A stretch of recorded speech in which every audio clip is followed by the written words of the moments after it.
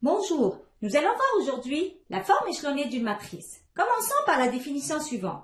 Une matrice rectangulaire est dite sous forme échelonnée si le nombre de zéros précédant la première entrée non nulle, qui est le pivot, de chaque ligne croît de ligne en ligne jusqu'à n'avoir possiblement que des lignes de zéros.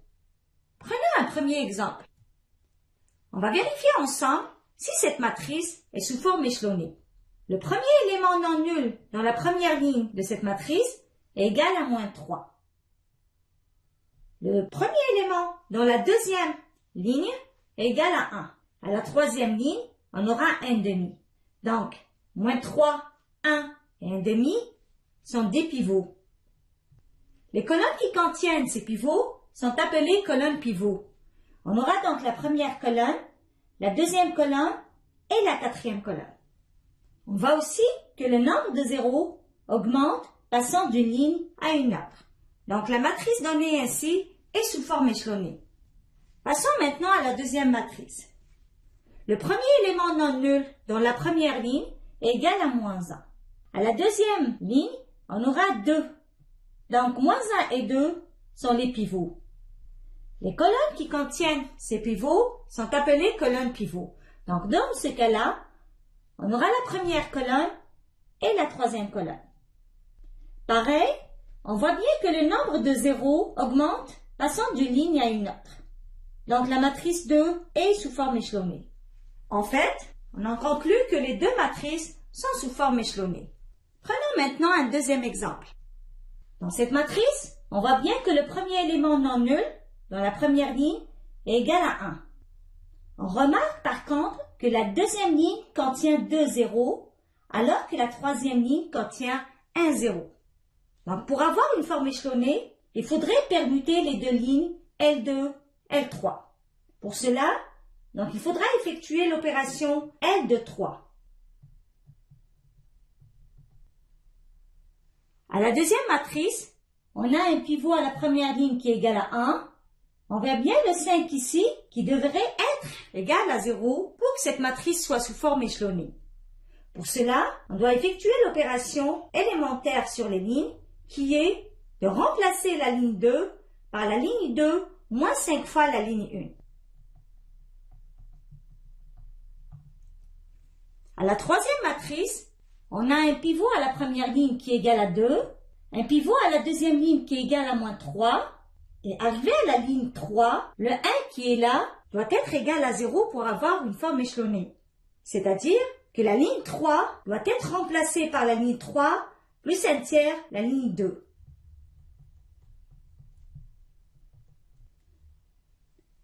Ainsi, ces trois matrices ne sont pas échelonnées.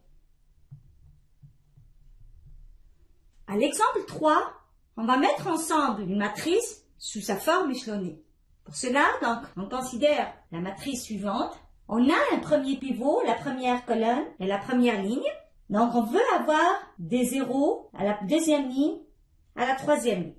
Pour cela, on commence d'abord par l'opération élémentaire L de 1 de moins 1. C'est-à-dire que la ligne 2 va être remplacée par la ligne 2 moins la ligne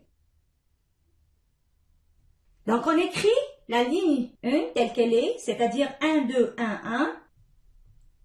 Et la ligne 2 va être remplacée dans ce cas-là par la ligne 2 moins la ligne 1. C'est-à-dire on aura 1 moins 1 qui donne 0, 2 moins 2 qui donne 0, 2 moins 1 qui donne 1, et moins 1 qui donne moins 2. On écrit la troisième ligne telle qu'elle est. 2, 4, 0 et 6. Faisons la même chose pour cet élément. Pour cela, on va effectuer l'opération L3,1 de moins 2. C'est-à-dire que dans ce cas-là, la ligne 3 va être remplacée par la ligne 3 moins 2 fois la ligne 1. Donc, les deux premières lignes restent inchangées. 1, 2, 1, 1, 0, 0, 1, moins 2. Et la troisième ligne, 2 moins 2, ça donne un 0. 4 moins 2 fois 2 qui donne un 0. 0 moins 2 qui donne moins 2. Et 6 moins 2 qui donne 4. Ainsi, à la première colonne, on voit bien notre pivot avec des zéros dans les deux autres lignes. Maintenant, on a un deuxième pivot qui est à la deuxième ligne. On voudrait avoir un 0 ici. Pour cela, on effectue l'opération suivante. L3,2 de 2, c'est-à-dire que la ligne 3 va être remplacée par la ligne 3 plus 2 fois la ligne 2. Donc, on écrit les deux premières lignes. 1, 2, 1, 1. 0, 0, 1, moins 2. Et à la troisième ligne, on aura L3 plus 2, L2. Donc, 0 plus 2 fois 0, ça donne 0. 0 plus 2 fois 0, ça donne 0. Moins 2 plus 2, ça donne 0. Et 4 moins 4, ça donne 0. Donc, on a un pivot ici, à la première ligne. Un pivot à la deuxième ligne. Et on remarque ici que le nombre de zéros augmente passant de la ligne 2 à la ligne 3.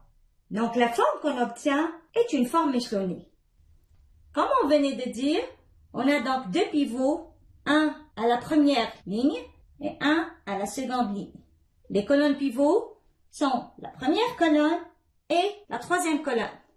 On vient de voir que la matrice échelonnée s'obtient suite à des opérations élémentaires sur les lignes. La matrice échelonnée facilite la résolution des systèmes d'équations linéaires. En résumé, nous avons vu ensemble la définition d'une matrice échelonnée. Aux exemples 1 et 2, on a pu distinguer entre une matrice échelonnée et une matrice non échelonnée. À l'exemple 3, on a vu ensemble comment, à partir des opérations élémentaires sur les lignes, on obtient notre matrice échelonnée.